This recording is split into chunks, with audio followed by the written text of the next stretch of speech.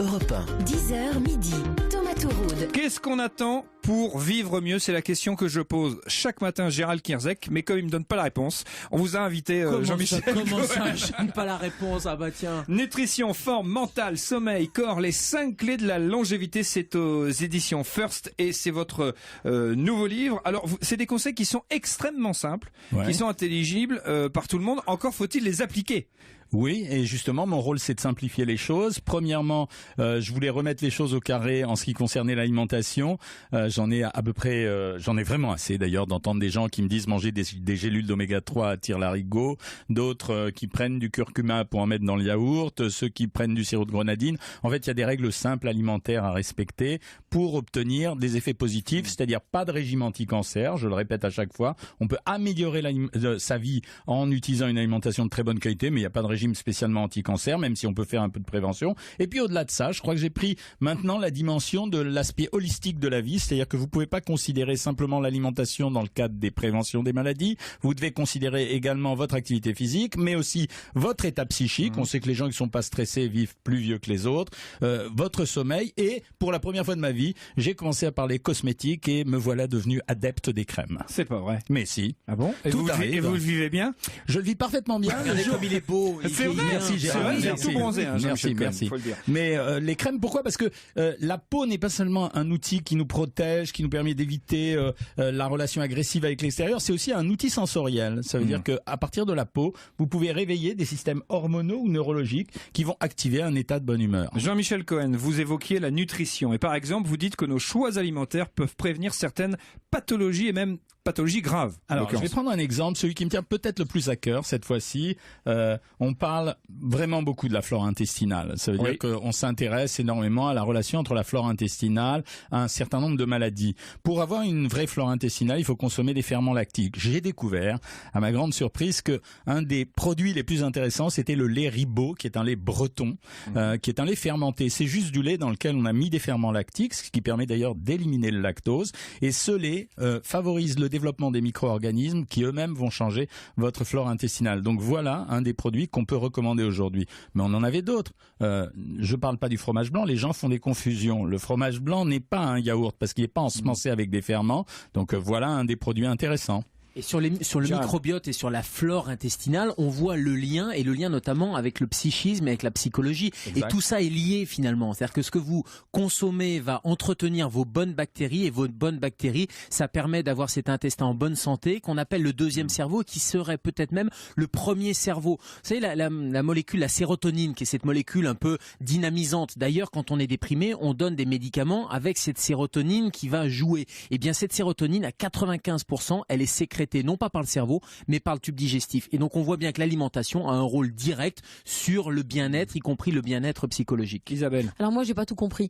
Donc pour être pas de ce que disait Gérald, ça arrive souvent, mais sur ce que disait Jean-Michel, c'est en fait il faut qu'on prenne du lait, mais que du lait fermenté. Sans ça, l'autre lait il est pas bon. On fait quoi en fait? Parce que sur le lait il y a plein de polémiques en fait. Non, alors qu'est-ce qu'il faut qu'on fasse? On peut prendre l'autre lait, mais ce que je veux dire c'est qu'on devrait prendre l'habitude d'avoir des produits fermentés de temps en temps, que ce soit du lait fermenté pour les gens qui consomment du lait, que ça soit des yaourts pour les gens qui ne veulent pas consommer de lait, ou que ça soit du fromage également. Je rappelle que le fromage est un des produits les plus naturels de l'alimentation, ni additif, ni conservateur, une fermentation de type naturel. Mais il n'y a pas que ça. C'est-à-dire que là, j'ai parlé de la chose qui m'intéressait le plus. Au-delà, j'ai parlé beaucoup dans le livre des légumineuses, c'est-à-dire rétablir cette relation des gens avec des produits qu'on a tabouisés comme les lentilles, les pois, les fèves, les pois chiches, etc., qui sont riches en protéines, riches en fibres, et troisièmement, qui font des prébiotiques, c'est-à-dire les parents, le papa et la maman, des probiotiques. Et donc ça aussi, c'est dire aux Français, n'ayez pas peur, soi-disant, parce que vous allez grossir de consommer des légumineuses. C'est pas vrai, c'est l'inverse. On sait très bien que cette consommation, elle est majeure, et pour le diabète et pour le cholestérol d'ailleurs. Et 4 sans gluten.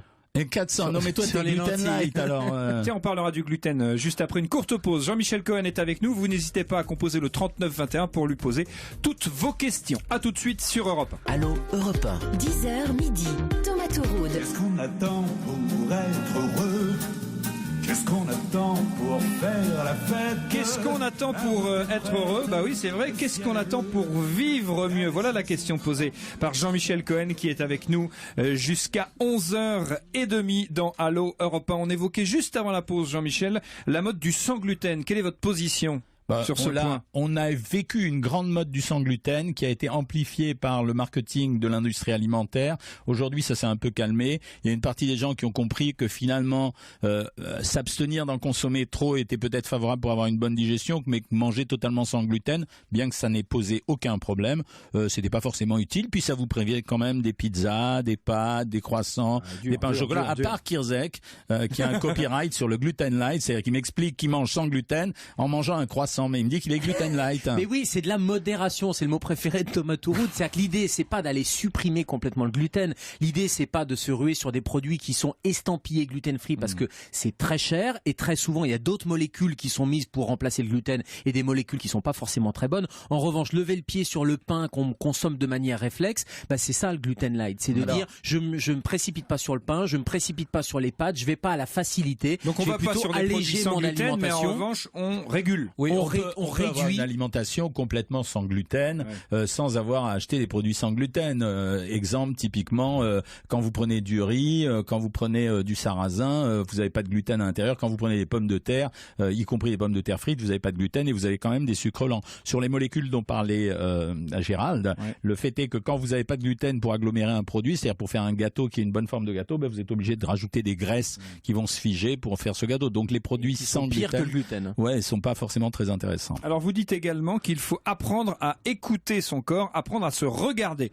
Parfois, des fois, se regarder, c'est pas facile, on est un petit peu déçu. Comment j'apprends à écouter mon corps Vous attendiez ça, hein. C'est pas bien de chercher le faux pour savoir le vrai. Il faut réhabiliter. Jean-Michel Cohen. On voit bien cette grande mode de la méditation, de l'estime de soi, etc.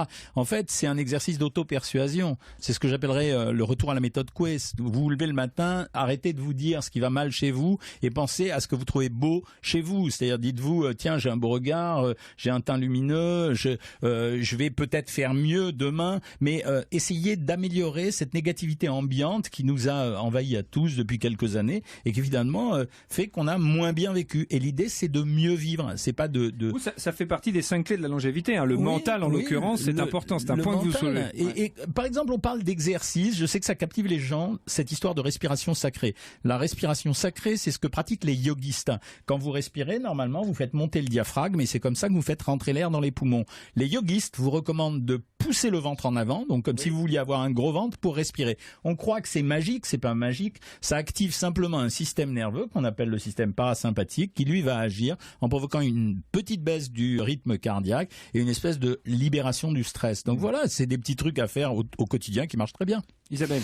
Oui, parce qu'en fait, nous, on a un problème, c'est que dans 4 semaines, c'est la plage et le maillot de bain. Donc, on a bien compris en vous lisant que les régimes, de toute façon, c'est mort et que plus on se prive, moins ça marche. Mais pour autant, qu'est-ce qu'on fait? C'est vrai que l'ennemi du régime, c'est l'urgence, mais là, on a 4 semaines ou 5 semaines avant le maillot de bain. Alors, qu'est-ce qu'on fait? Alors, marre de ce terme de dire que les régimes ne marchent pas, parce qu'on n'explique pas aux gens que les régimes ne marchent que de façon momentanée. C'est-à-dire que quand vous avez un surpoids, c'est quelque chose de chronique et de récidivant. Donc quand vous faites un régime, vous savez que c'est pas définitif si vous changez pas au long cours votre comportement alimentaire. C'est ce que ne font pas 99% des gens qui font des régimes. Voilà, donc on peut faire un régime en urgence. Il n'y a pas de caractère de gravité à perdre 5 kilos en un mois, en sachant que de toute façon, si pendant les vacances, vous allez boire le verre de vin rosé avec les cacahuètes et vous allez les reprendre. Vous allez les reprendre. Ah oui. Une question sur les régimes, tiens, de Jacques qui nous appelle de Lons-le-Saunier. Bonjour Jacques. Bonjour à tous. On vous écoute. Ça va? Ça va pas mal, et vous, mon cher Jacques? Je vais très bien, le Jura se porte bien, il fait beau. Ah, fort bien. S'il fait beau à Lons, tout va bien. Alors. Je voulais faire un petit coucou au docteur Cohen, parce que c'est le seul docteur, quand je l'entends parler, je le comprends. Ah oui. Voilà. Ça, c'est vrai qu'on a ce problème-là avec le docteur Kirzek. Vous auriez pu dire, Jacques, qu'il y en avait deux. Et on ne le comprend pas. c'est problématique. Jacques, votre question sur les régimes. Oui, alors, moi j'étais un fumeur, j'ai arrêté de fumer, ce qui est une bonne chose. Bravo, déjà. Mon chirurgien m'a félicité. Oui. C'est vrai que j'ai pris quelques kilos depuis quelques années. J'étais un ancien sportif, j'ai eu un problème de santé, je suis un petit peu paraplégique, donc c'est pas simple. Et je voulais simplement poser la question, là en ce moment je vois beaucoup de régimes qui font de la pub à la télé. Alors, je ne vais pas citer les marques, mais il y en a un qui fait des centaines de spots. De spots, et vous êtes un peu sceptique sur ça, c'est ça? Et je voulais avoir un conseil sur ces régimes. Alors, je ne peux pas les citer, mais je pense que le docteur Cohen les connaît. Ouais. Ça s'appelle à peu près Comme j'adore, c'est ça? Comme j'adore, et puis l'autre, c'est l'heure, il y a le prénom l'heure aussi. D'accord. Et... Alors, la réponse de Jean-Michel Cohen à Jacques. Le système, il fonctionne d'abord pour vous expliquer sur le système de ce qu'on appelle le delivery aux États-Unis, c'est-à-dire on vous délivre à domicile comment manger et vous avez tout en un, c'est-à-dire que vous avez tout et on vous dit si vous ne mangez que ça, vous allez perdre X kilos dans le mois. Bon, on peut pas garantir le nombre de kilos, mais il y aura une perte de poids si vous faites vraiment à la lettre ce qu'ils disent. La problématique de ce type de système, c'est que vous êtes totalement contraint, c'est-à-dire que si vous aimez pas ce que vous avez pris, ça marche pas. Et la deuxième chose, c'est que vous tombez dans les plats préparés. Et la problématique des plats préparés, c'est que ce sont des plats dont la composition, la transformation est toujours assez moyenne. C'est un truc qui est en train de progresser à l'heure actuelle. Pourquoi ? Parce que tout le monde cherche la simplification alimentaire, c'est-à-dire comment maigrir avec des méthodes simples. La deuxième chose qu'il faut savoir, c'est que quand vous regardez par contre le prix de ces systèmes de cette marque, par exemple, si vous achetez exactement les mêmes choses dans un supermarché, vous divisez le prix par 3. Ça veut dire que, par exemple, ce qui est vendu 600 €, ça va vous coûter 200 € si vous faites vous-même vos achats. Donc, il y a maintenant en ligne des tas de gens qui proposent, qui disent, voilà, vous avez qu'à acheter tel plat, vous achetez 28 plats préparés en grande surface et ça vous coûte 3 fois moins cher. Et ça peut être pas mal pour un starter pendant 15 jours, pendant un mois, après vous si vous voulez, il y a tout ce qui marche est bien. Voilà, tout ce qui marche est bien. Je vous ai décrit les avantages, c'est-à-dire c'est la simplification et les inconvénients, c'est ça. Mais vous pouvez le faire à beaucoup moins cher. C'est ce que vous disiez, c'est-à-dire que les régimes, il faut comprendre que c'est le début et ensuite c'est une régularité en fait dans l'alimentation, un dosage personnel. Merci beaucoup Jacques pour votre appel au 3921. À tout de suite. Allô Europe 1. 10h midi. Thomas Touroud. Qu'est-ce qu'on attend pour vivre mieux? C'est la question posée par Jean-Michel Cohen dans son nouveau livre Nutrition, forme, mental, sommeil, corps, les 5 clés de la longévité. C'est aux éditions First. Jean-Michel, des questions vous sont posées sur le compte Twitter d'Allo Europe 1, hashtag Allo E1. D'abord Serge qui nous demande que pensent les médecins du kéfir pour la flore intestinale que nous évoquions tout à l'heure. La réponse est très rapide, c'est la même chose que le lait ribot, c'est un lait fermenté, donc c'est exactement la même chose. Deuxième question de Modadono. Est-ce qu'on peut parler des jus détox? Qu'en pense votre invité, donc Jean-Michel Cohen, et comment éliminer les toxines? Alors, les jus détox, c'est de l'intox. Il y a une étude dans Sense and Science, ils se sont amusés à poser la question aux gens qui fabriquent ces jus, à leur demander de quelle substance détoxiquez-vous les gens? Aucune réponse. Aucune réponse. Donc parce qu'il y a pas, on a 2 usines à détoxication dans le corps qui sont le foie et le rein, qui marchent très très bien si vous n'êtes pas malade. La deuxième chose, c'est que les jus détox ont quoi comme effet? Finalement, vous buvez plus, donc vous urinez plus, et vous avez le sentiment qu'il y a une espèce de lavage du corps qui est tout à fait artificiel. La détox, c'est de l'intox pour Encore une fois, ça peut être sur 1 ou 2 journées, ça peut donner l'impression qu'on s'allège, mais on n'enlève pas des toxines. Ça, c'est la première chose. La deuxième chose, c'est qu'on va éventuellement alléger, mais cet allègement, si on le fait que 2 jours et qu'on se gave derrière, ça n'a aucun intérêt. En revanche, si ça rééquilibre et si ça fait prendre conscience, pourquoi pas. Catherine nous appelle de Cosvillers. Bonjour Catherine. Oui, bonjour. En fait, j'ai une question. Je prends des antidépresseurs, enfin plutôt du Séroplex depuis le mois de, on va dire, novembre. Et en fait, il y a une prise de poids assez importante, malgré aucun écart une alimentation saine, on va dire. Et je voudrais savoir, en fait, comment on peut un peu régulariser ça. Alors, parce que pour l'instant, j'en ai encore besoin. Quand il n'y a pas de modification sur l'alimentation et qu'il y a une prise de poids, il y a 2 raisons à ça. Soit c'est artificiel, ça veut dire qu'il y a une rétention d'eau et de sel, voire même un état de constipation qui vous donne le sentiment d'avoir un poids supérieur bien que vous n'avez pas plus de graisse. La deuxième possibilité, c'est que ce type de médicament peut vous entraîner une certaine forme de sédentarité. Les gens sont un peu plus somnolents dans ces cas-là et ça peut également limiter votre activité. Il existe des produits équivalents au Séroplex qui ont un effet modérateur d'ailleurs sur l'appétit. J'en ai déjà parlé dans plein d'autres émissions. C'est la classe des recapteurs, des inhibiteurs de la recapture de la sérotonine. Bon, c'est compliqué, dont parlait tout à l'heure Gérald, mais vous pouvez changer le médicament. Et puis il y a tout le problème des kilos émotionnels aussi. On sait très bien quand on a un coup de mou, quand on est déprimé, on va manger plus et donc du coup l'apport calorique augmentant, on a une prise de poids derrière. Et l'efficacité des antidépresseurs, elle n'est pas immédiate en plus. Il faut plusieurs semaines, voire plusieurs mois avant de stabiliser les choses. Merci beaucoup Catherine pour votre appel. Isabelle. Est-ce qu'on continue toujours dans cette idée qui était la vôtre il y a quelque temps de sauter un repas, c'est-à-dire de laisser 11 heures d'écart entre, par exemple, supprimer le dîner et ne rien manger. Voilà, le jeûne intermittent. intermittent ou vous avez changé d'avis? Non, j'ai pas changé d'avis. C'est pas 11 heures. Ça fait partie de l'attirail qu'on peut avoir dans les régimes. Quand on a par exemple un ralentissement dans la perte de poids, on peut utiliser ce qu'on appelle le jeûne intermittent, qui est une abstinence alimentaire sur 16 heures. C'est pas vraiment un jeûne. Et par exemple, ça revient à manger à 3 heures de l'après-midi, à ne remanger qu'au petit déjeuner, ou à manger le petit déjeuner et à sauter le petit déjeuner, manger le dîner et le déjeuner. Jean-Michel Cohen, on termine par la question du sommeil. Vous donnez des conseils pour trouver le sommeil facilement.